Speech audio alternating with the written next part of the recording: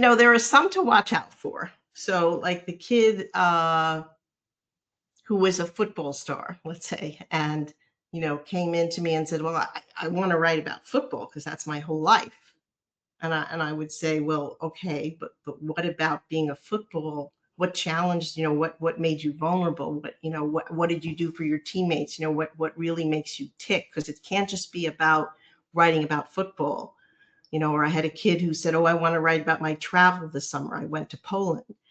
And he had the sentence in there like, "The houses are very different in Poland." I said, "Okay, but what does that tell us? And, where did you grow up? And what is that? Why does that mean something to you?"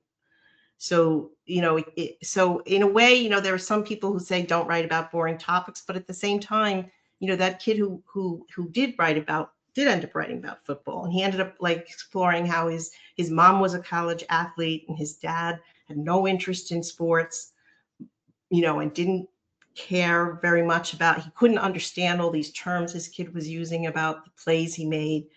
But in exploring this, he got to see how his father, was a support to him, and was meaning, how there was another meaningful connection. And also how this kid could become a leader, and not just to like showcase himself, but to really help kids who were struggling, to come on board.